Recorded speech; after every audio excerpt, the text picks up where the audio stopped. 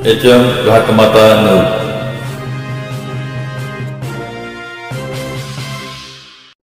आटपाडी पूल पाण्याखाली, भ्रष्टाचारवरती। गुरुवारी झालेल्या दमदार पावसामुळे आटपाडी तालुक्यातील अनेक ओढे नाले खळखळून वाहू लागले, पण सगळ्यांचं लक्ष वेधलं ते आटपाडी ओढ्यावरील पुलाने। सोशल मीडियावर धडाधड व्हायरल होत असलेल्या व्हिडिओमध्ये हा पूल पाण्याखाली गेलेला दिसतो, पण खरी गोष्ट काय आहे?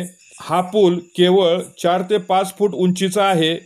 एवढ्या कमी उंचीच्या पुलावरून पाणी वाहणं अगदी साहजिक, तरीही याला मोठा पूर म्हणून दाखवलं जात आहे। या पुलाचे काही वर्षापूर्वी रुंदीकरण करण्यात आले, तब्बल 1,20,00,000चा खर्च केला गेला, पण उंची मात्र वाढवलीच नाही।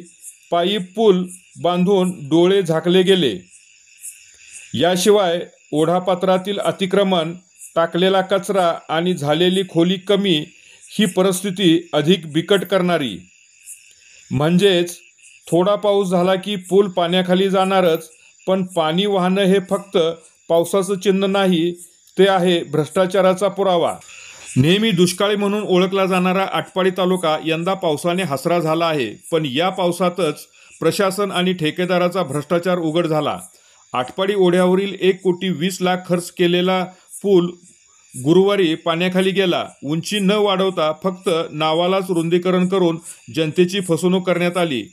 अतिक्रमण, कचऱ्याचा डोंगर आणि निष्काळजी काम या सगळ्यामुळे आज पूल पाण्याखाली नाही तर भ्रष्टाचाराखाली दबलेला दिसतो। सोशल मीडियावर हे व्हिडिओ ट्रेंड होत आहेत, पण खरी ट्रेंड होण्याची गरज आहे ती जनतेच्या पैशाचे उधळपट्टी करणाऱ्या यंत्रणेच्या विरोधात।